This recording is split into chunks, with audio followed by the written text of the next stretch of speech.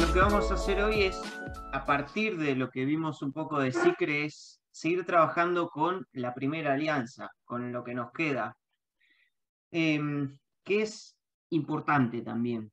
Es muy importante, hay una partecita que por ahí lo que Vale, leímos en Luis, no lo veo. Sicre, lo que leímos en Sicre nos va a ayudar a entenderla. Pero bueno, vamos a ver más que nada las otras dos categorías que nos quedan del Antiguo Testamento, de la primera alianza. Esperen que voy a poner la... Ahí está.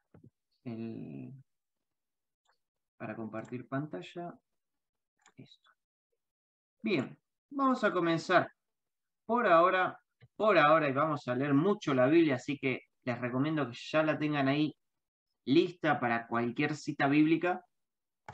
Vamos a comenzar hoy con profetismo.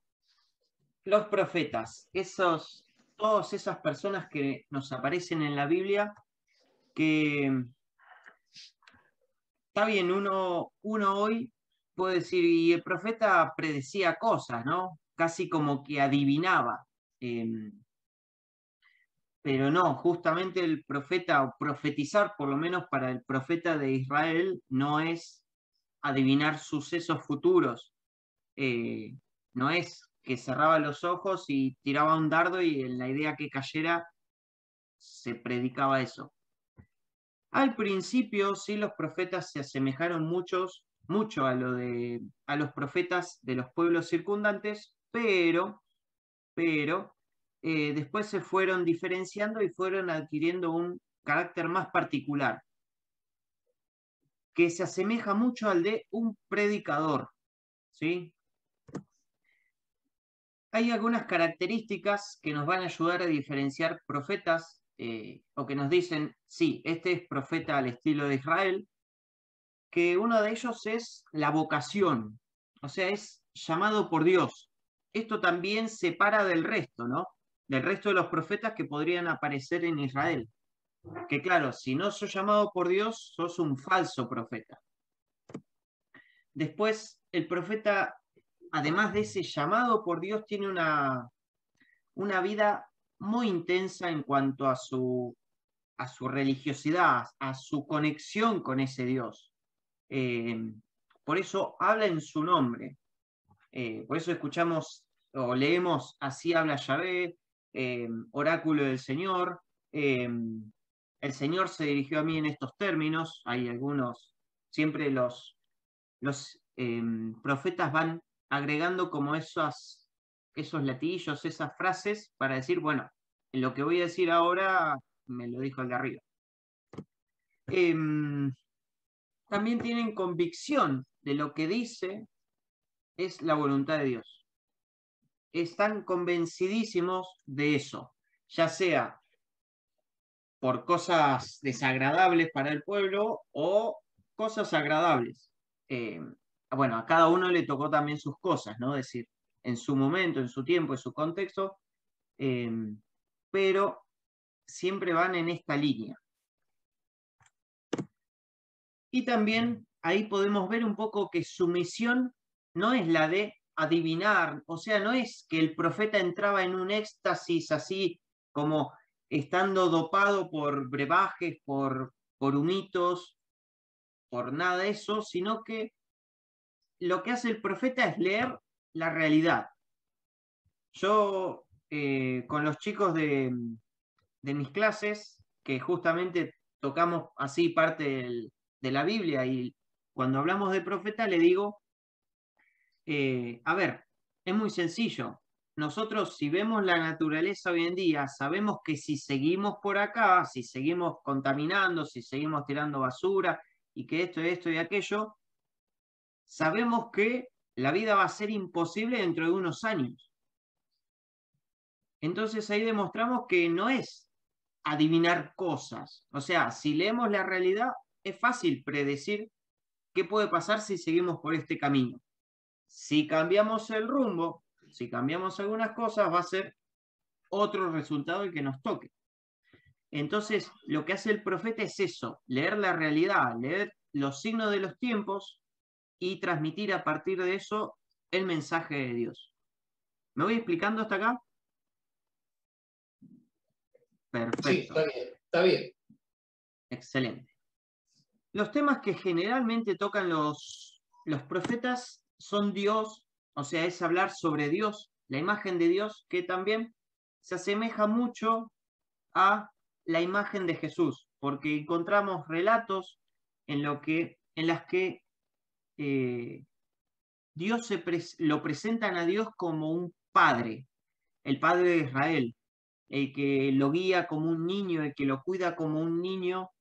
Ahora vamos a leer uno de esos pasajes, pero se asemeja mucho con este padre bondadoso, este padre que cuida, que bueno, en Jesús lo leemos en cada palabra que dice. Y esto ya cambia, esto de hablar de Dios de esta manera ya es diferente a lo que se iba hablando previamente sobre Dios, ¿no? Yahvé, esa divinidad del pueblo, o esa divinidad de mi tribu, de la tribu de aquellos de allá, ya no es el Dios tribal, sino es el Padre que protege a Israel. Hablan de la alianza, esto de que estamos rompiendo la alianza, de que no estamos cumpliendo con la alianza con Dios, de que estamos dejándonos llevar por otras divinidades y bueno, hay que volver a esa alianza. Algunas enseñanzas morales hay también. Aguárdenme un segundito. Ahí está. Hablan un poco de la escatología, o sea, de el fin de los tiempos. Hay muchos que hablan en cuanto a esto de la nueva era, o sea, que Dios con este nuevo tiempo que va a construir va a ser un nuevo cielo y una nueva tierra. Unos ejemplos que encontramos muy en las lecturas en las cartas de Juan, ¿no? Que esto del cielo nuevo, la tierra nueva, eh, es algo que obviamente después en la segunda alianza, en la nueva alianza, se va a volver a tocar con esas mismas expresiones. Y también un universalismo. ¿Por qué? Porque no es, muchos profetas van a decir ahora que no es solamente el Dios de Israel. Sí, obviamente hacen oráculos y profecías contra otras naciones, pero muchos de ellos prevalece esto de que la salvación va a venir también para ellas, para las otras naciones. Un caso es, por ejemplo, el de Jeremías, podríamos decir vengo con un pequeño caso, hay muchos más, pero, por ejemplo, Jeremías, que incluso va con esto de enseñanzas morales, nosotros sabemos que la circuncisión solamente la podía practicar el varón. Entonces, claro, la mujer queda excluida. Ahora Jeremías agrega que hay que circuncidar los corazones. Entonces, listo, ahí en ese mensaje entra también la mujer. Esa purificación que no es física, sino es interna, es personal e íntima de cada uno. Genial, la mujer también entra en eso. Además de otras naciones. Es un pequeño ejemplo.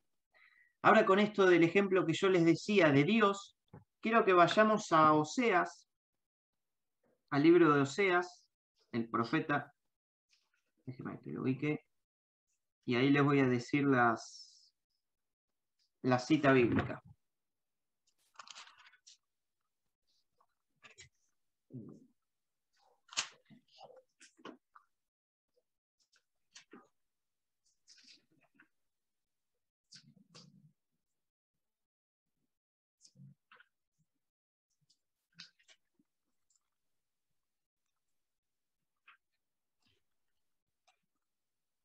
¿Cuál era?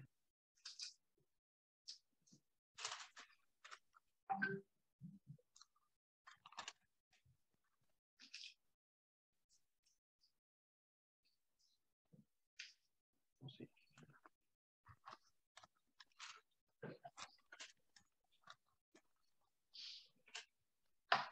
Era Oseas 11, capítulo 11. Vamos a leer desde el versículo 1 hasta el versículo 4. acá entendemos un poco de esta paternidad de Dios, esta ternura de Dios de la que empiezan a hablar los profetas. Oseas es uno de los primeros profetas que empiezan a hablar en su tiempo, ¿sí? ¿Quién quiere que leer esa parte? Cuando el pueblo de Israel era niño, yo lo amaba a él, que era mi hijo. Lo llamé de Egipto. Pero cuanto más lo llamaba, más se apartaba de mí. Mi pueblo ofrecía sacrificios a los dioses falsos y quemaba incienso a los ídolos. Con todo, yo guié al pueblo de Efraín y lo enseñé a caminar. Pero ellos no comprendieron que era yo quien los cuidaba. Con lazos de ternura, con cuerdas de amor, los atraje hacia mí. Los acerqué a mis mejillas, como si fueran niños de pecho. Me incliné a ellos para darles de comer. Palabra de Dios. Vamos, Señor. Fíjense la ternura de las imágenes que usa Oseas. Cuando Israel era niño, yo lo amé, lo llamé de Egipto. Cuanto más lo llamaba, más se apartaba de mí. Esto de lo atraía con lazos humanos, con ataduras de amor, con ternura, había dicho en la versión de Jaime. Era para ellos como los que alzan a una criatura contra sus mejillas. Y esto es ya muy de madre también. Darle de comer al niño, acercarlo a su mejilla, no podemos no pensar en una imagen de una mujer teniendo un bebé en brazos. Fíjense también lo poético que tienen a veces los profetas. Y esta imagen de Dios, de retornar a la alianza, bueno, la universalidad, la escatología, las enseñanzas morales, pero esto de volvamos a esto, volvamos al Padre, volvamos a esta ternura con la que Dios nos cuida y nos espera. Está bien, después el pueblo va haciendo de las suyas. Bueno, la vida de Oseas un poco lo ejemplifica. Es muy figurativa para la historia del pueblo. Pero eso ahora lo vamos a ver. Pero bien, dentro de esto, podemos decir que el profeta tiene una doble tarea. Denuncia, ¿qué cosa? El mal, el pecado, lo que se hace mal en el pueblo, en la sociedad, en el grupo al que le habla o a la persona en particular, y anuncia la salvación. Una doble tarea que nos corresponde también a nosotros como profetas. ¿Por qué lo digo?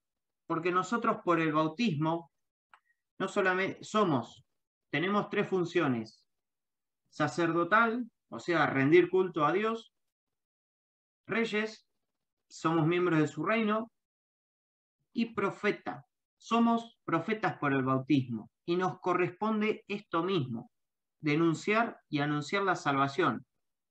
Ahora vamos a ver que los profetas no son hombres santos o personas que salieron pulcros del vientre de la madre y fue toda su vida una pulcritud y decir nosotros, pero yo no voy a poder hacer como Isaías o Jeremías, o no tengo la ternura de Oseas.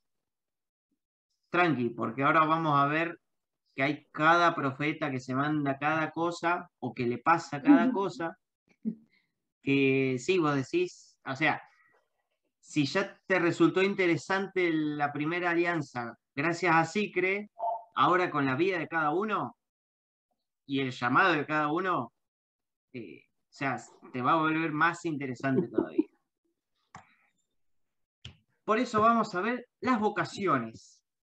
Quiero que vayan buscando cualquiera de esas 5 que aparecieron ahí. Isaías 6, ahí estamos hablando del primer Isaías, o Isaías 61, que ya sería el tercero.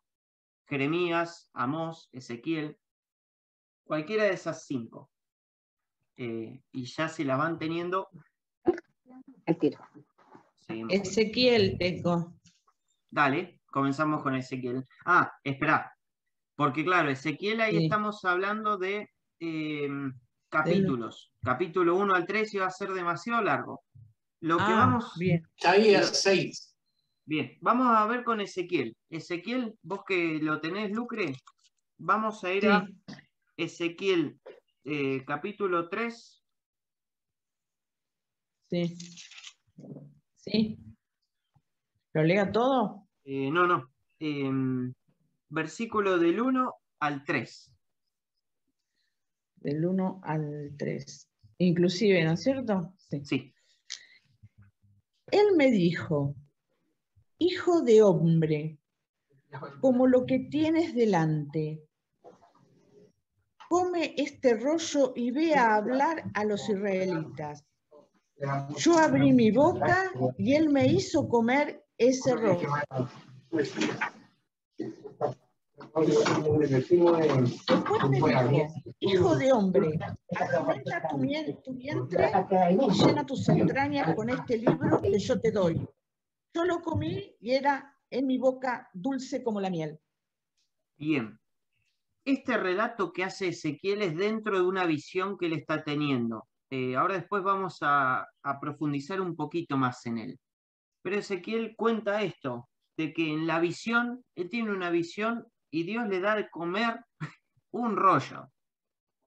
Menos mal que dice que les sabía dulce en la boca, como miel, menos mal. Pero imagínate comer un rollo. Y menos mal que era una visión también. Bien, ¿quién tiene Isaías 6? Acá. Sí, dale. ¿De qué versículo? Del 1 al 13, ¿A qué versículo? hasta el 13 inclusive. Bueno, o sea, todo el capítulo. No, todo no. ¿Sí? No es todo. Bueno, Isaías. capítulo 6 dice, Sí. el año de la muerte del rey Josías, yo vi al Señor sentado en un trono elevado y excelso, y las orlas de su manto llenaban el templo. Unos serafines estaban de pie por encima de él. Cada uno tenía 6 alas. Con 2 se cubrían el rostro y con 2 se cubrían los pies y con 2 volaban. Y uno gritaba hacia el otro, Santo, Santo, Santo es el Señor de los ejércitos. Toda la tierra está llena de su gloria. Los fundamentos de los umbrales temblaron al clamor de su voz y la casa se llenó de humo. Yo dije, ay de mí, estoy perdido, porque soy un hombre de labios impuros y habito en medio de un pueblo de labios impuros. Y mis ojos han visto al Rey, el Señor de los ejércitos. Uno de los serafines voló hacia mí, llevando en su manto una brasa que había tomado con unas tenazas de encima del altar. Él le hizo tocar mi boca y dijo, mira, esto ha tocado tus labios, tu culpa ha sido borrada y tu pecado ha sido expiado. Yo oí la voz del Señor que decía, ¿a quién enviaré y quién irá por nosotros? Yo respondí, aquí estoy, envíame.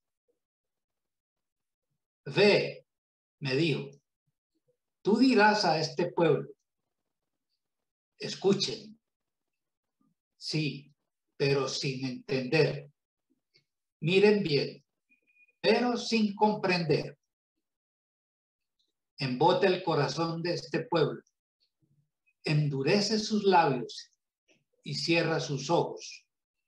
no sea que vea con sus ojos y oiga con sus oídos, que su corazón comprenda y que se convierta y sane.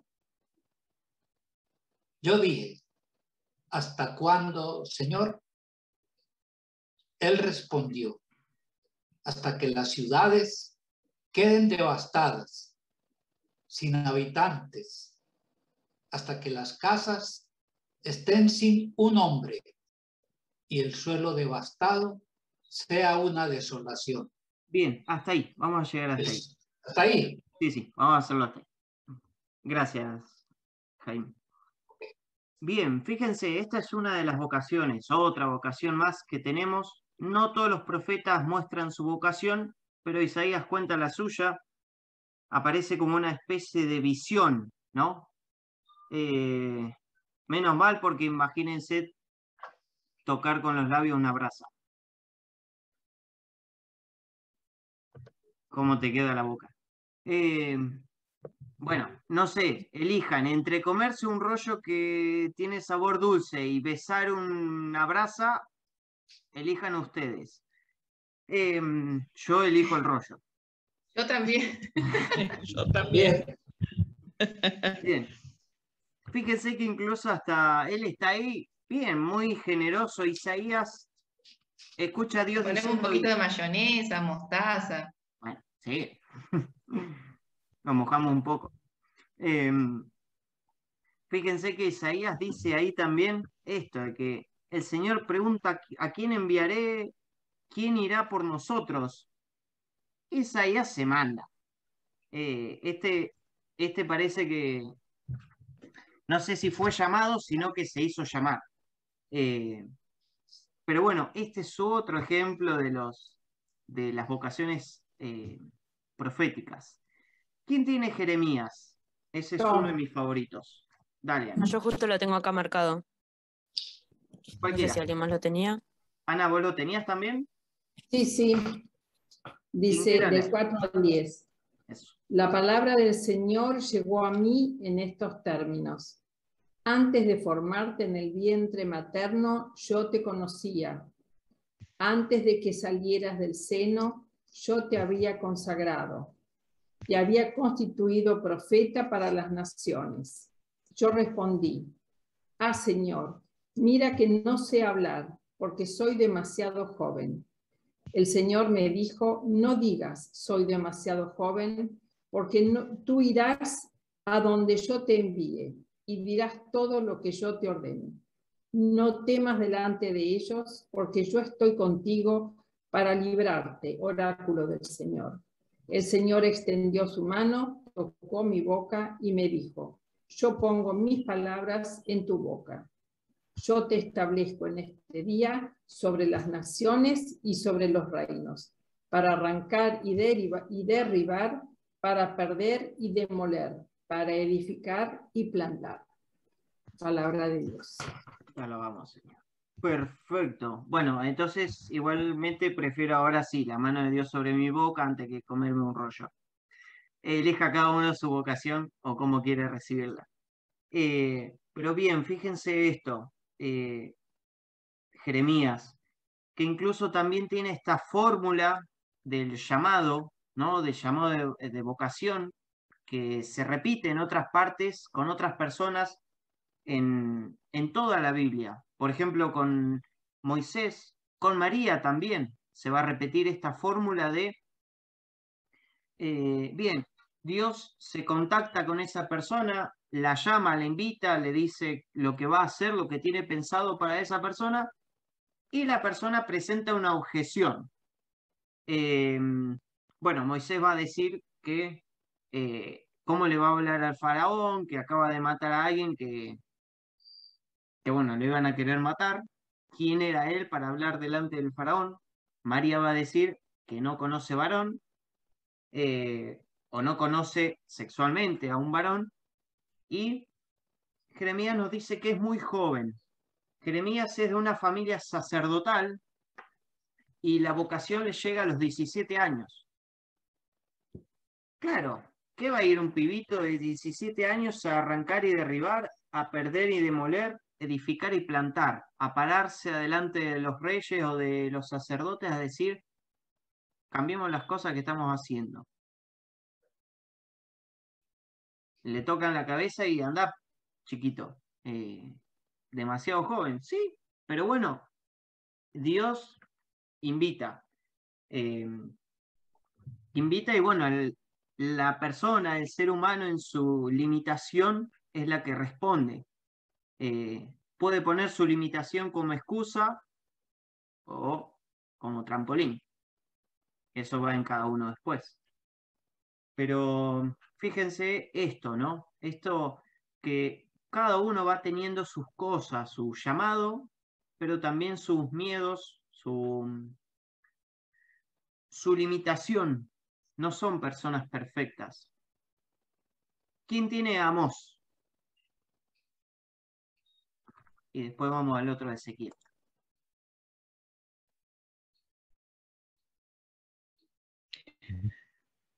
Yo tengo Amós. Bien, espera, Lucre. ¿A alguien más se le está cortando el audio? Lo que estoy A mí. diciendo. Sí, Sí, también. corta. Ah, Sí, se corta. bien. Sí, Si yo se te me corta, escuchaba cortado. está bien. Si se Ah, me bueno, corta, pensé que era avísenme. yo nomás. Sí. Bien. Sí, Avísenme. sí, está saliendo Se está cortando, Juan. y el sonido a veces se pone doble. Bien. Perfecto. Bueno, de última, si se me corta mucho, me van avisando, ¿sí?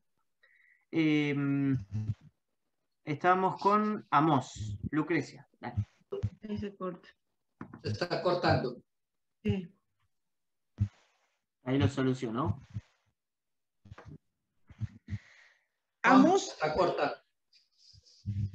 Amós respondió a Amasías, yo no soy profeta, ni hijo de profetas, sino pastor y El Señor me sacó detrás del rebaño y me dijo, ve a profetizar a mi pueblo Israel. Bien. Aguardamos un segundito, Lucre. Amós 7, 14, 15 estamos. Bien, fíjense esto también. Amós era un pastor, no es profeta, pero igualmente lo llamó. Ahí tenemos otra vocación y vamos a ver la última, la de Isaías 61 del 1 al 3. ¿Quién la tiene? Yo la tengo acá marcada. Bueno, dale. El Espíritu del Señor está sobre mí, porque el Señor me ha ungido. Él me ha enviado a llevar la buena noticia a los pobres, a vendar los corazones heridos, a proclamar la liberación de a los cautivos y la libertad a los prisioneros, a proclamar un año de gracia del Señor, un día de venganza para nuestro Dios, a consolar a todos los que están de duelo, a cambiar su ceniza por una corona, su ropa de luto por el óleo de la alegría, y su abatimiento por un canto de alabanza. Ellos serán llamados encinas de justicia, plantación del Señor para su gloria. Bien, hasta ahí. Perfecto. Wow, esta cita es la que lee Jesús en el Evangelio. Jesús la corta antes de decir un día de venganza para nuestro Dios. No va a quedar muy lindo. Pero la usa. Se basa en esto. Wow. O sea, Jesús está tomando de Isaías, el tercer Isaías, lo que escribe, su currículum vitae como profeta, su programa profético, lo que va a hacer. Es genial ver todo esto, ver todo lo que los profetas fueron anunciando con respecto a, bien, cómo fueron llamados o de dónde salieron. Y los que yo les decía de que los profetas salen de lugares insospechados, Fíjense esto. Entre los profetas nos encontramos a un ganadero, este pastor que es Amós, y ahí van a ir teniendo las citas bíblicas de que lo comprueban, que lo muestran. También tenemos a un marido engañado. En Argentina podríamos decir, no sé cómo lo dicen en otros países, pero un cornudo, pobre. Porque ¿qué le pasa a Amós? A Oseas. Dios bastante cómico le dice, andé, casate con una mujer que sea prostituta. Y va teniendo hijos.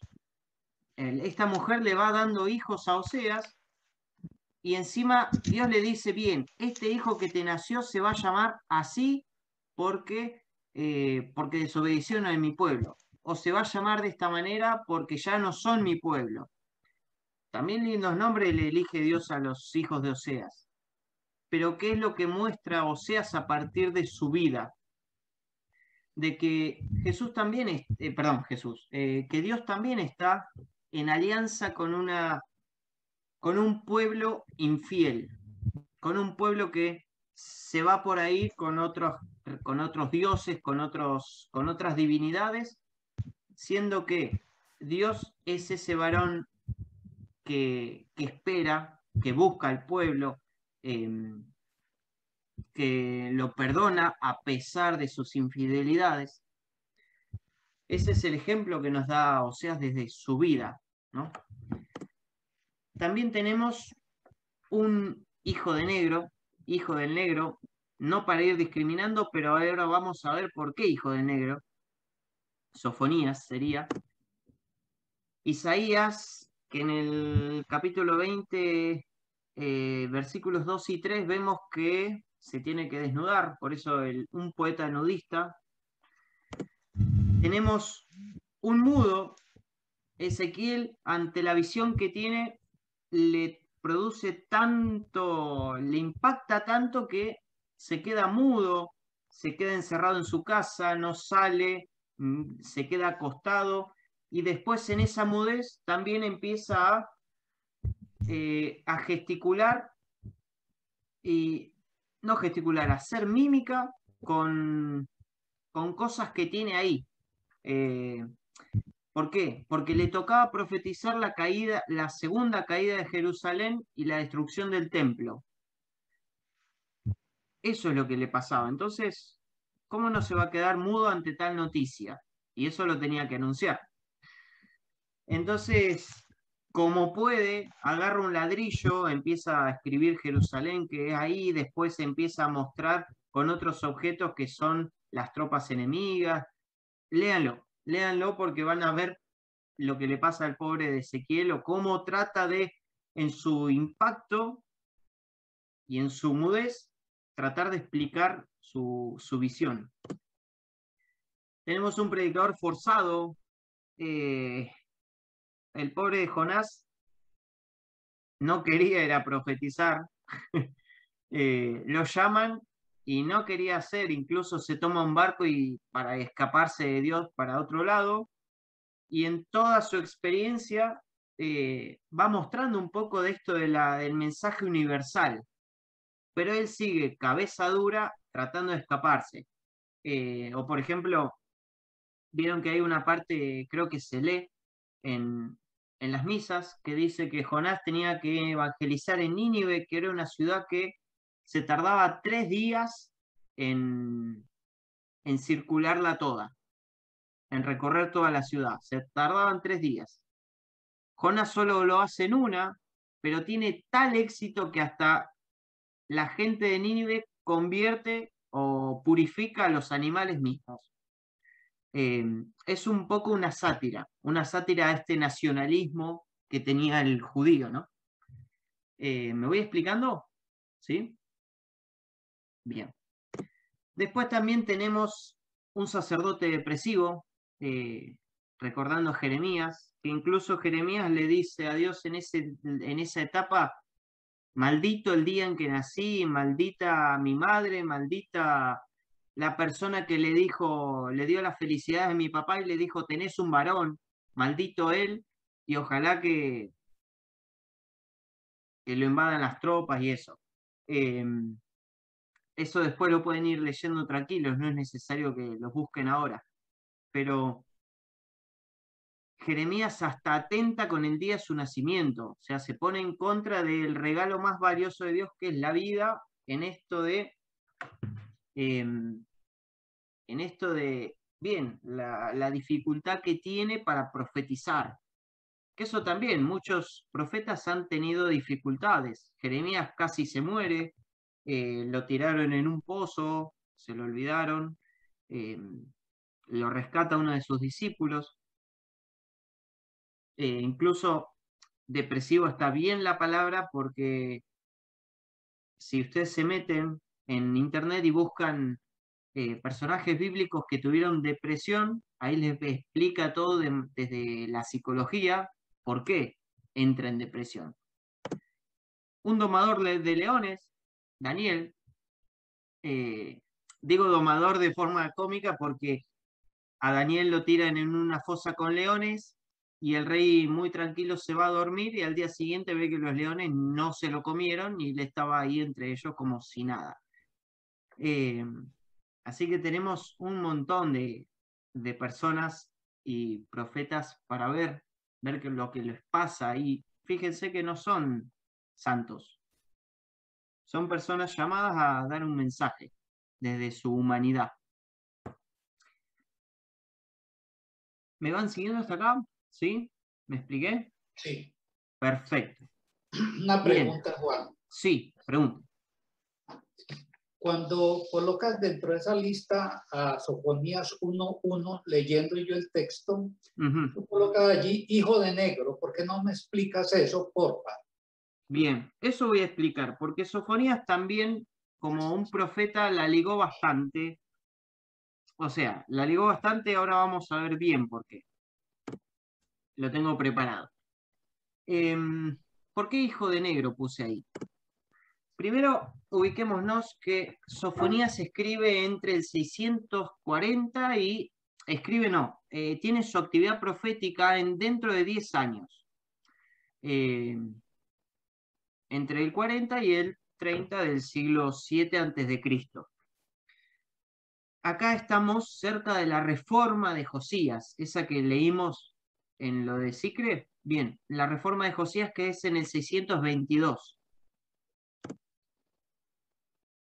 Fíjense que casi todos los personajes de la Biblia le ponen hijo de.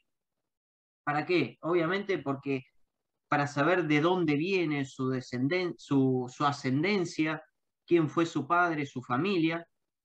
Y Sofonías es muy bicho y escribe 4 personas: a Cusí, a Godolías, a Amarías y a, esperen que me tapa las ventanitas, y a Ezequías.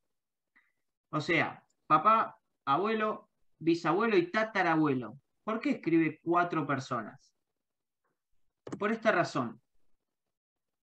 El Cusí significa oriundo de Cush. Cush era el nombre bíblico que se le daba a Etiopía. Etiopía es un país africano que en aquel entonces existía, se conocía como Etiopía, pero también en la Biblia podemos ver mucho de Cush o Cusí, Cusita. Que bueno, el término Cush en hebreo significa negro u oscuro. Igualmente la comunidad etíope que se fue instalando alguna parte de la comunidad en Israel, tenían muy buen trato con los israelitas, no es que eran segregados ni nada de eso, sino que tenían muy buena relación. Por ejemplo, lo vemos también en que Séfora, la mujer de Moisés, dicen era cusita, o sea, era africana, era de origen africano. Etiopía es un país muy cercano a Egipto, está al sureste de Egipto. Bien, ahora que hacía que sea negro, obviamente Sofonías tenía la piel negra, y claro, al ser extranjero, Sofonías dice, antes de que sospechen o que no confíen en mi palabra, voy a agregar 3 nombres más a mi lista familiar. Godolías, que el nombre significa, o Gedalías aparece, puede aparecer, que significa Yahvé es grande. Amarías, que significa Yahvé me ha hablado. Y Ezequías, que significa Yahvé es fuerte. Pero ojo también, porque Ezequías había sido un rey muy importante en Israel. Acá no aclara si proviene de el rey Ezequías o no. Eso no lo aclara, o si es otro Ezequías. Pero acá es un poco para decir, bueno, a ver, vengo también de familia judía y justo 3 personas que está el nombre Yahvé en su nombre. ¿Sí? ¿Me voy explicando? Perfecto. Bien.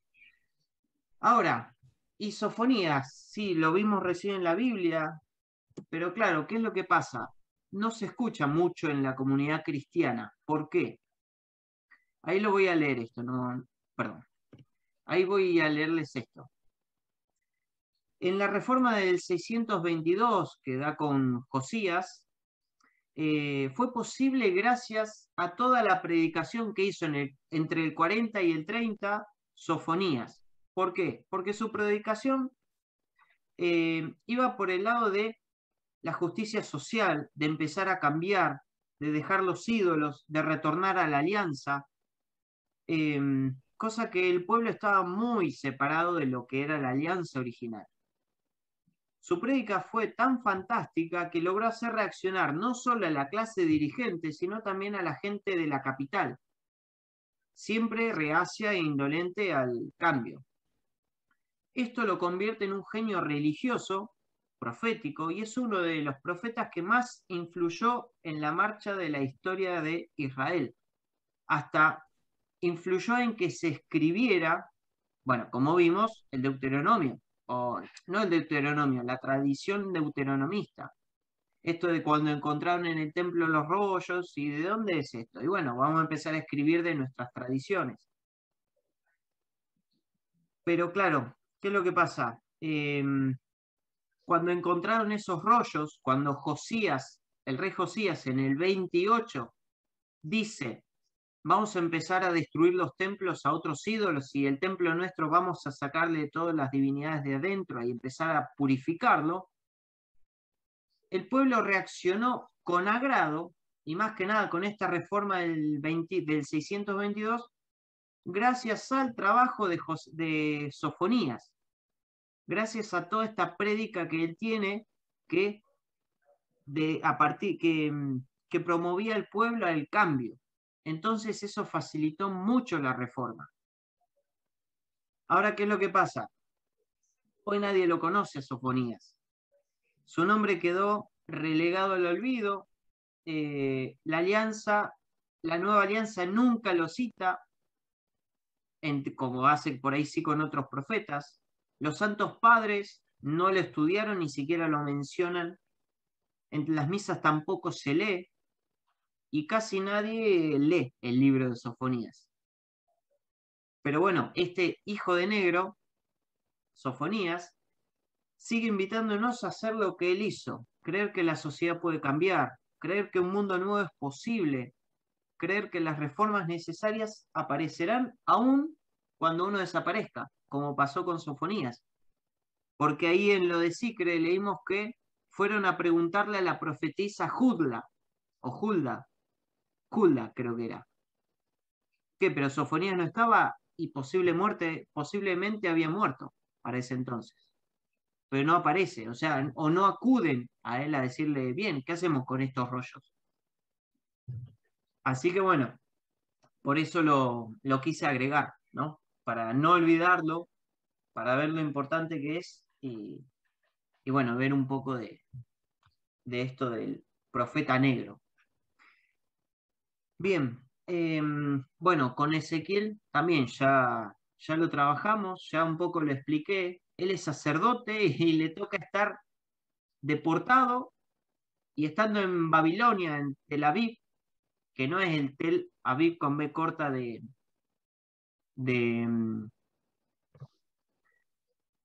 Israel que está ahora, sino es el Tel Aviv con con B larga, las dos veces, y es una ciudad de Babilonia, que estaría cerca ahora de Irán, Irak.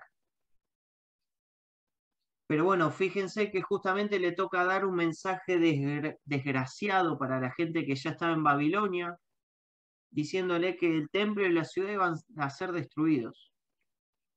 Y bueno, colapsa, no puede dar el mensaje, transmitirlo por lo menos por la palabra, y lo transmite por medio de gestos, expresiones. Fíjense que hasta lo actúa para todo lo que va a pasar. Y esto es apenas una parte.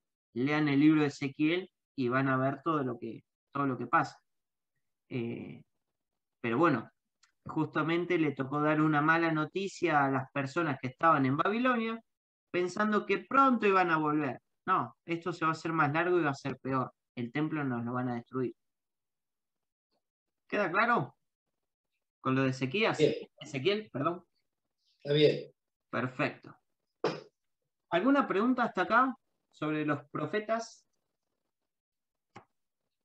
No. Pregunta, capaz que ya lo dijiste. Vale. ¿Ezequiel y Jeremías estuvieron más o menos mismos tiempos? Sí. Porque vi justo a Nabucodonosor y me lo acuerdo por Jeremías, por eso pregunté. Sí. Jeremías le toca estar, sí, es contemporáneo a Ezequiel, pero Jeremías viene de familia sacerdotal, ¿sí? Pero a él le toca quedarse. O sea, le toca quedarse, no es que dijeron, bueno, vos te quedás y vos venís. No ejerció como sacerdote.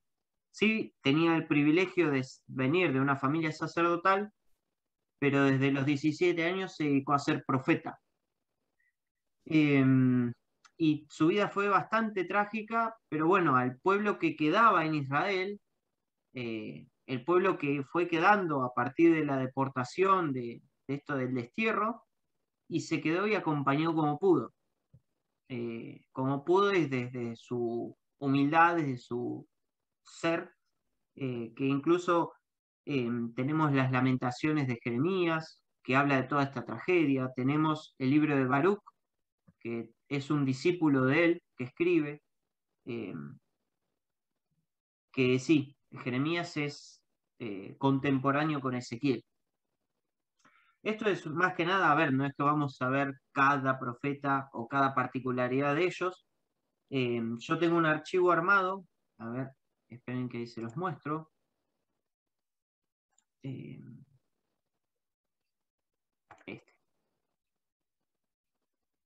Bien, tengo un archivo armado para compartirles que, bueno, todo esto profético está explicado ahí. El PowerPoint es muy resumido, pero está todo eso ahí en este archivo.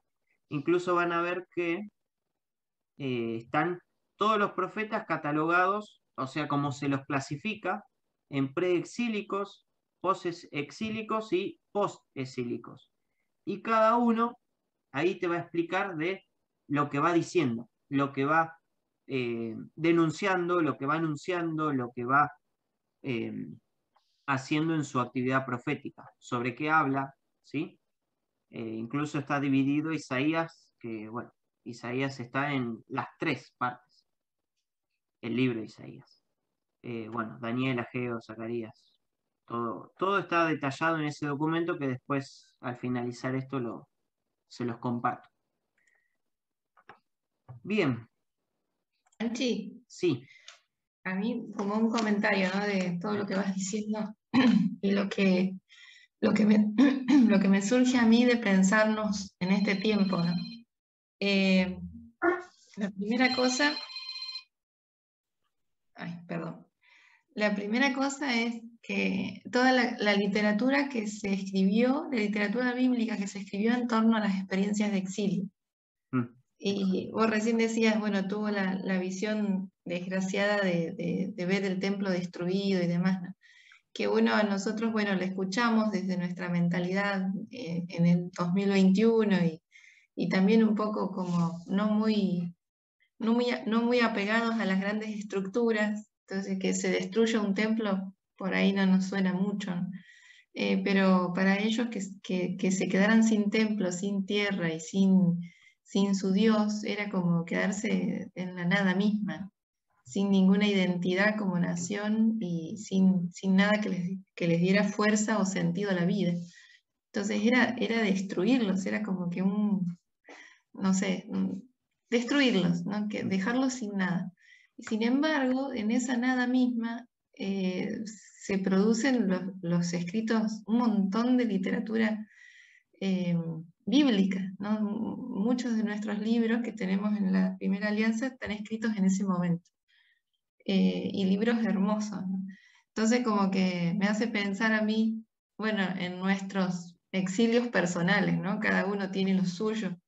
O sea, ¿qué quiero decir? En los momentos de desolación y de tristeza o de falta de sentido a la vida, ¿cómo podemos llegar a resignificar qué es lo que nos da sentido, ¿no? Cuando, simbólicamente hablando, ¿no? Cuando te quedas sin tierra, sin templo y sin Dios, ¿no? ¿Qué es lo que le da sentido a la existencia? Exacto. Yo Sí, pensaba, perdón, Dale, en un dale. aspecto artístico, el de Verdi, cuando se escribe Va Pensiero, cómo plasma en las voces, ¿no? Y en la combinación en esa ópera, esa desolación y el desgarro del pueblo, ¿no? Me parece que si uno escucha eso, tiene esa sensación de que todo terminó, de desarraigo, de fin, de angustia compartida. O sea, desde un lado artístico esa ópera creo que lo plasma muy bien, ¿no? Se me vino a la mente eso. Sí. Sí, incluso desde lo artístico, también dentro de la Primera Alianza tenemos los salmos. Y uno de los salmos dice, qué doloroso, bueno, no lo recito de memoria, pero expresa esto de qué doloroso es cantar a orillas del río de Babilonia, que nos pidan que cante canciones de nuestra tierra y nosotros llorando porque no podemos estar en ella. No es textual, sino que va en ese sentido. Sí, sí.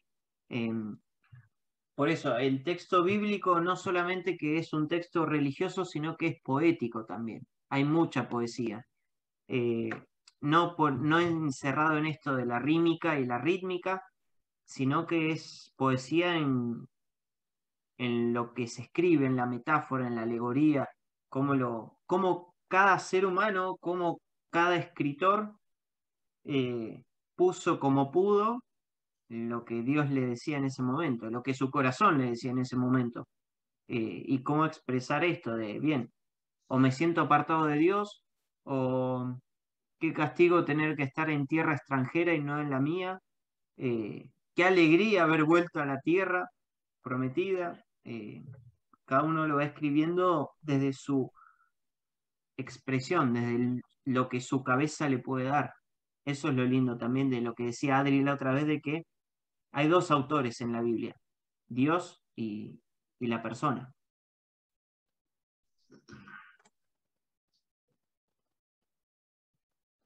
Bien. Por ahí una cosita más, Juan. Dale. Por ahí el tema de la profecía también nos interpela mucho a nosotros hoy. Necesitamos profetas que puedan hablar de parte de Dios, o sea, tener tan internalizado a Dios que puedan sentir su voz en el corazón y poder transmitir su mensaje a esta realidad, ¿no? O a la vez también tener la apertura de mente, de cabeza, tener los oídos abiertos, los ojos muy atentos a descubrir a los profetas que nos hablan, ¿no?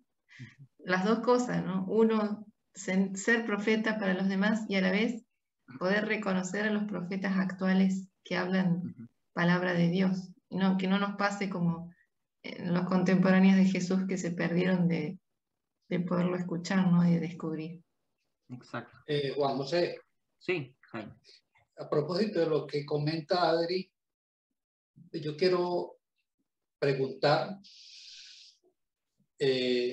acerca de lo que podrían ser los profetas modernos. A ver, me explico. Se habla de que el profeta no solamente anuncia, sino que denuncia. Voy a colocar en el contexto de mi país, que es Colombia. Hay que en Colombia estamos viviendo una situación bastante difícil con los líderes y las lideresas sociales. Lo asocia ahora con Sofonías. Aquí tenemos un problema bastante grande con lo que es la población afro, que es bastante grande, sobre todo en el Pacífico colombiano. Y precisamente esas personas que son de estratos muy humildes son los que en este momento hacen lo que hacía Sofonías. Está haciendo denuncia y hablando acerca de que sí hay un futuro, que es posible cambiar esa realidad. Yo quisiera que me dijera si estoy pensando en la línea correcta, que es posible tener profetas modernos, o eso se acabó, teniendo en cuenta que el profeta no solamente anuncia, sino que denuncia. Y eso está pasando aquí con los líderes sociales, sobre todo de la población afro. Espero tu Acá respuesta. lo hago una parte, complemento a usted de Colombia y con los afro y nosotros con los indígenas, ¿no? También. Que están siendo masacrados a cada día y la gente mira como si fuera nada, ¿no? Y yo creo que hay muchas más preocupaciones con cuestiones sociales sin importancia y la de los indígenas, de los marginados en el nordeste y acá en la misma Amazonía que hay muchos, ¿no? Que aunque se nos fuera por la naturaleza, se estaban muriendo de hambre, ¿no? Entonces, pero los que denuncian, desaparecen, mueren, ¿no? Son exterminados Sí. por las élites y nada se hace, ¿no? Y no hay preocupación de elucidar, buscar los criminales y nada más, ¿no? Yo creo que esos son los profetas. Acá nosotros tenemos grandes obispos que hacen denuncia, pero están ya jurados de muerte, ¿no? Sí. Escuchamos a Adri y a Juanjo, a ver qué nos complementa. Adri, sí, vamos a ver. ¿querés arrancar? Muy bien, compañero partner. No, por ahí, primero que nada, agradecerles por el aporte, porque es tal cual como ustedes están diciendo. Y me alegro muchísimo que podamos tener justamente los ojos abiertos, los oídos atentos a descubrir y a escuchar la voz de estos profetas actuales, ¿no? No tenemos que callar, con la gran diferencia de lo que decía el lunes pasado en torno a la Biblia hebrea, que es una revelación cerrada, ¿no? Hasta ahí cerró. La nuestra es una revelación abierta, o sea, la palabra se sigue escribiendo en este ejemplo concreto que ustedes están diciendo, ¿no? Y sería muy lindo que cada uno en su lugar vaya pensando, vaya descubriendo las dos cosas, ¿no? En donde uno mismo está siendo profeta, anunciando y denunciando, y a la vez en donde nuestra gente nos está haciendo de profeta a nosotros, ¿no? Anunciándonos la palabra y denunciando las terribles injusticias que van en contra de Dios, en contra de su presencia viva, y especialmente en los pobres. Claro. Sí, a ver, comparto totalmente esto que decía Adri, que se sigue escribiendo la historia, y la historia de Dios también se sigue escribiendo con Dios, y siempre hacen faltas profetas de este estilo. No criticones en redes sociales, o haters, como dirían algunos, sino personas que no solamente que denuncian, sino anuncian, pero además que actúan, o sea, o que ponen el pecho. Jesús fue profeta y le pasó lo mismo que a todos los otros profetas. A algunos le fue bien, otros no tanto, otros los mataron. A Jesús le tocó que lo asesinaron. Justamente por esto, por enfrentarse a las élites, ¿no? En su momento, en su contexto, en su cultura. Pero en todos lados siempre hay, mientras haya algo para denunciar, y algo para anunciar también, porque no es solamente ser profeta de calamidades, sino dar esperanza. Y ahí van a ver que también en el texto aparece la apocalíptica, ya que mencionamos a Daniel. En Daniel está el género literario del Apocalipsis, que después en la Nueva Alianza está el libro particular. Pero ¿qué es profecía? Y es justamente para esto, para el tema de persecuciones. Ahí está marcada la diferencia entre un profeta y un apocalíptico, ¿no? Pero va justamente por esto de dar esperanza en tiempos de desolación, en tiempos de persecución, en tiempos donde ves que el mal impera y gobierna y reina y que no hay marcha atrás. Y que vemos que nos muestra que la historia está intercalada por Dios.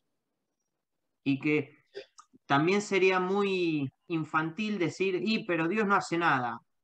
Pará, seamos responsables nosotros. Dios nos tiene a nosotros. Dios nos dice lo mismo, pero ustedes no hacen nada. O sea, sería muy infantil tercerizar. Dios no hace nada. Pero asumir la responsabilidad, ¿uno qué hace para eso? Aunque sea en la ciudad, en el barrio. Después, si alguno se anima, al país. No en vano, Juan José se dice que nosotros somos las manos de Dios en la tierra. Nosotros somos sus manos. Él no va a bajar a hacer las cosas. Él actúa por intermedio de nosotros. Entonces no podemos decir siempre, Dios, ¿qué vas a hacer? Bueno, ¿y qué estoy haciendo yo? ¿Qué están haciendo los demás? Por eso digo, cobra mucha validez aquello de que nosotros en la tierra somos los brazos de Dios en el cielo.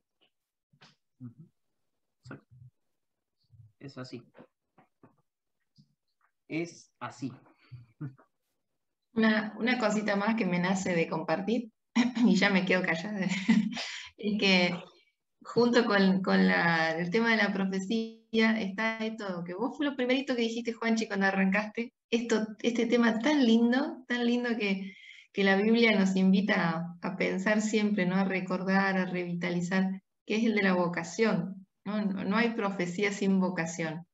Entonces, pensar, ahora que nos hemos regalado esto de encontrarnos en el café bíblico cada tanto, recordar nuestra vocación, recordar a los que transmitieron el llamado, quiénes fueron los profetas, los primeros profetas en tu vida que te hablaron de Dios, ¿no? Y que te transmitieron, porque bueno, solo a María le pasó esto de su vocación así cara a cara, ¿no? Pero a nosotros otros nos hablaron de Jesús, ¿no? Nos hablaron del reino. Bueno, revitalizar la vocación. Y bueno, por un lado pensar cuál fue la historia de mi vocación, pero ahora cuál es la actualidad de mi vocación y para dónde va, ¿no? ¿Qué es lo que me pide hoy? En su momento fue así, ¿no? Hace 30 años, hace 15 años, hace 5 años, hace el tiempo que sea. Pero hoy, ¿cómo está y para dónde va? ¿Qué me está pidiendo hoy? Son unas preguntas muy lindas. Tal cual. Bien, y también que mencionamos a Jesús, van a ver que en el documento, al final, igualmente ahora seguimos, no es que estoy terminando, pero van a ver que al final, yo la otra vez le hablé de renguera, que si no tenemos una de las dos partes de los textos sagrados, andamos rengos, porque uno no se explica sin la otra. Y van a ver este paralelismo, cómo esto de los profetas se usó mucho para escribir la historia de Jesús, para cuando los evangelios se escribieron sobre Jesús, y también que está marcado en el resto de los libros de la Nueva Alianza. Aún así también lo sapiencial, que ahora vamos a verlo un poco más en profundidad. Igualmente ahí está todo detallado. Pero van a ver también cómo esto, a la hora de ver a Jesús, toda la primera alianza cobra más sentido todavía. Te cierra, se ilumina. Hay judíos de una corriente mesiánica que no dejan de ser judíos, pero leen sus textos a partir de Jesús y les cierra el mensaje. A ver, no es para decir, bueno, los rengos eso de los judíos. No. Ellos tienen sus textos y tienen su sentido, su sentir en su fe de sus textos sagrados. Perfecto. Y están esperando su Mesías. Genial. Los cristianos y algunos judíos lo encontramos en Jesús. Entonces, Jesús es esa bisagra o es la lupa, o vamos a decir, los anteojos que tenés que ponerte para leer la primera alianza. Eso. Lupa, anteojos, monóculo, lo que sea. Lo que uses para leer la Biblia, que sea siempre a partir de Jesús, a partir de las lentes esas. Sí. Bueno, a ver. Seguimos entonces. Acá estamos. Bueno, terminamos con los profetas y vamos a seguir ahora con los libros sapienciales, que tienen también sus características. Son libros didácticos que su objetivo es enseñar, dejar una enseñanza. Entre ellos están los Salmos, el Cantar de los Cantares, el libro de Job, Proverbios, Eclesiastés, Sabiduría y Eclesiástico. Que Eclesiastés también se puede llamar Coelet o el Eclesiástico, Sabiduría de Jesús ben Sirá, o Sirácida, se le dice también. Como destinatario tiene el individuo, ya no se le habla al pueblo en general, al pueblo de Israel, sino que va al individuo, a la persona en particular que quiera aprender y quiera, a la que se le quiera enseñar. El modo de dirigirse no se impone una enseñanza, pero llevan a uno a que se vaya comprometiendo con buscar este camino de vida. Por ejemplo, podemos ver el tema de los proverbios o sabiduría, que a veces encontramos frases así, refranes, como tenemos acá en Argentina también, que te dejan una enseñanza. Eso es muy árabe, de tener un refrán para algo. Bueno, muy árabe porque de ahí sacaron muchos, pero también muchos pueblos tienen sus frases que dejan esa enseñanza. Esa enseñanza en frasquito. Y además de que el campo de interés ya va a la naturaleza. O sea, se enfoca desde la naturaleza como una forma de revelar los designios de Dios, lo que Dios quiere revelar a través de la naturaleza. Así podemos recordar lo que dice una persona unos siglos después de que aparecen estos libros, vean los lirios del campo, cómo sus vestidos cómo se visten de ese color. Vean también los pájaros, cómo no se preocupan por el mañana, sino que viven el ahora. Ahí tenemos a un Jesús también sabio, sapiencial.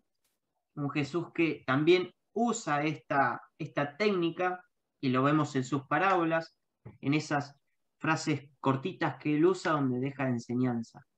Y obviamente Jesús, que es un gran lector de la realidad, no solo que hace profecía, no solo que hace de profeta leyendo la realidad, sino que también deja enseñanzas de vida. Es un maestro de vida. El eje central de esta temática es la sabiduría, que hasta en muchos libros, particularmente el libro de la sabiduría, aparece la sabiduría como una personificación, como un ser más que está ahí con Dios desde el origen de todo. Ahora lo vamos a ver.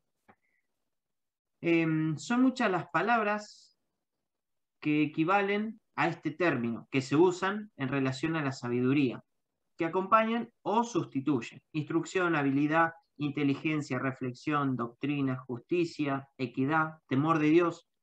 El ser sabio, y esto está explicado igualmente, pero el ser se considera sabio a la persona que obedece a Dios, que tiene temor de Dios, que cumple con la alianza.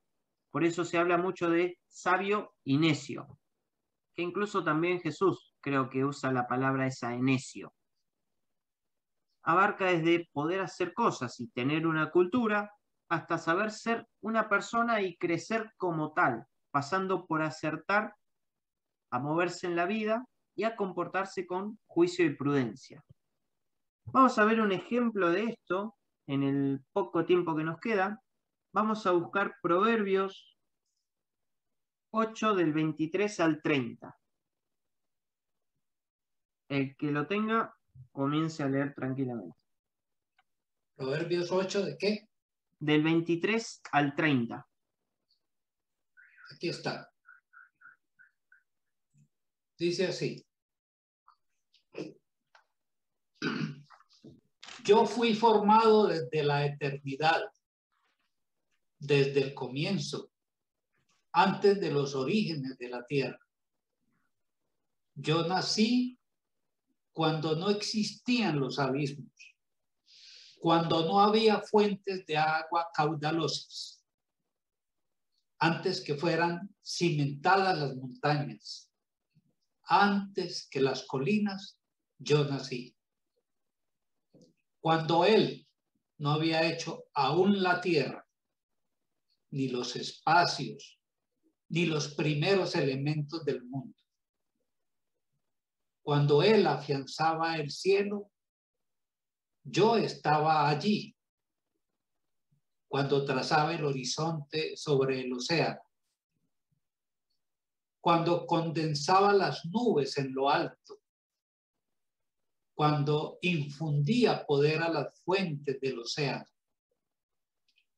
Cuando fijaba su límite al mar para que las aguas no transgredieran sus bordes. Cuando afirmaba los cimientos de la tierra. Yo estaba a su lado como un hijo querido y lo deleitaba día tras día, recreándome delante de él en todo tiempo. Palabra de Dios. Vamos. Bien, gracias, Jaime. Fíjense, ahí ya nos habla de la sabiduría como un ente, un ser que está desde la creación. O sea, la sabiduría es parte de Dios. Hasta fue eso que estuvo ahí en la creación del universo, del mundo, de la vida, de todo. Me hace acordar mucho a esta cita bíblica, la de Juan, capítulo 1, versículo 18. Vamos a buscar esa, vamos a leerla.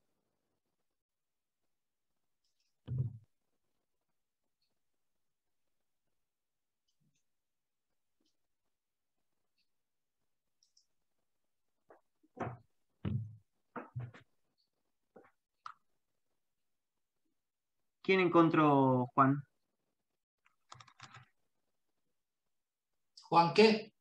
Juan 1, del versículo 1 al 18. Yo la tengo. Dale. Al principio existía la palabra, y la palabra estaba junto a Dios, y la palabra era Dios. Al principio estaba junto a Dios todas las cosas fueran hechas por medio de la palabra, y sin ella no se hizo nada de todo lo que existe. En ella estaba la vida, y la vida era la luz de los hombres. La luz brilla en las tinieblas, y las tinieblas no la recibieron. Apareció un hombre enviado por Dios que se llamaba Juan. Vino como testigo para dar testimonio de la luz, para que todos creyeran por medio de él. Él no era la luz, sino el testigo de la luz. La palabra es la luz verdadera que al venir a este mundo ilumina a todo hombre. Ella estaba en el mundo, y el mundo fue hecho por medio de ella, y el mundo no la conoció. Vino a los suyos, y los suyos no la recibieron. Pero a todos los que la recibieron, a todos los que creen en su nombre, les dio el poder de llegar a ser hijos de Dios. Ellos no nacieron de la sangre, ni por obra de la carne, ni de la voluntad del hombre, sino que fueron engendrados por Dios. Y la palabra se hizo carne y habitó entre nosotros. Y nosotros hemos visto su gloria, la gloria que recibe del Padre como Hijo único, lleno de gracia y de verdad. Juan da testimonio de él al declarar: este es aquel del que yo dije, el que viene después de mí me ha precedido, porque existía antes que yo. De su plenitud, todos nosotros hemos participado y hemos recibido gracia sobre gracia, porque la ley fue dada por medio de Moisés, pero la gracia y la verdad nos han llegado por Jesucristo. Nadie ha visto jamás a Dios. El que lo ha revelado es el Hijo único, que es Dios y está en el seno del Padre. Bien. Hermoso. Perfecto. Fíjense también que mantiene esta poesía, pero también esto bueno, ya no habla de sabiduría, sino de la palabra, y la palabra es Jesús. Ya a partir de los evangelios, Jesús es esa palabra. Jesús es esa sabiduría que estuvo ahí desde el origen de todo, junto al Padre, en su seno del Padre, engendrado, no creado, dice uno de los credos, ¿no? Como también la sabiduría. Ahí decía creada, pero en el texto original no dice creada, sino engendrada. La sabiduría fue engendrada. Jesús también hasta se autodefine como sabiduría. Para Lucas, en Lucas lo vemos diciendo, comparándose o autodesignándose como que es más que Salomón, que la sabiduría de Salomón. Sí, les dice a los que lo estaban escuchando que sí, Salomón fue muy sabio, pero acá hay alguien más que él, más que Salomón. Obviamente, autodesignándose. Y ya Mateo de por sí da entendido que la sabiduría es Jesús. Jesús es la sabiduría y la sabiduría es Jesús, no hay de otra. Entonces, fíjense también cómo se va traspolando esto, ¿no? Cómo esto de la primera alianza se va trayendo o a partir de ahí también se escribe la nueva alianza. Y después tenemos, así para seguir mencionando y por terminar, salmos y poemas. Que bueno, hay una gran cantidad de salmos que son atribuidos a David. Nosotros sabemos, tenemos los 150 salmos, pero en realidad son compilación de varios libros anteriores, que se dividen por géneros literarios. Hay algunos que son himnos, hay algunos que son súplicas o acciones de gracia, que esto nos ayuda también a pensar, bueno, en qué momento se pudieron haber creado, incluso el título obviamente que nos ayuda, ¿no? Pero como les decía hoy, este salmo de qué feo, o bueno, qué feo no, pero esto de qué triste que es cantar en las canciones de Israel en tierra extranjera. Bien, es parte de la liturgia del templo, esos salmos, que obviamente el cristianismo lo mantiene. Junto con el libro de Isaías, esto es asombroso, junto con el libro de Isaías, el libro de los Salmos es la composición de la primera alianza más citada en la nueva, siendo a veces una cita literal, otras una alusión. A veces se desarrolla algún comentario. ¿Cuántos salmos tenemos? 150. Bien. 105 salmos son al menos citados en toda la nueva alianza. Fíjense la cantidad de salmos que se traen a la nueva alianza. Mencionados, citados literalmente, comentados. Bueno, el primero que me viene a la cabeza ahora es uno de los de Pascua, ¿no? Dios mío, ¿por qué me has abandonado? Que es el Salmo 21, o el 22, no me acuerdo muy bien.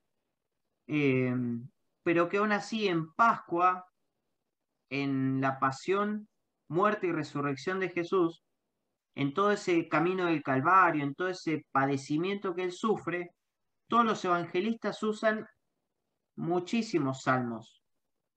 Esto de no me romperán los huesos, desfigurado como un gusano, se sortearon sus túnicas, no romperán sus prendas. Eso en las notas a pie de página están diciendo, bueno, esto viene de tal salmo, esto viene de tal texto, esto de Isaías, esto de... que incluso Jesús va haciendo, refiriéndose a esos profetas, de los que saca ideas. Lo bueno es que si han prestado atención en misa, si han prestado atención en misa y de las lecturas, cuando ustedes lean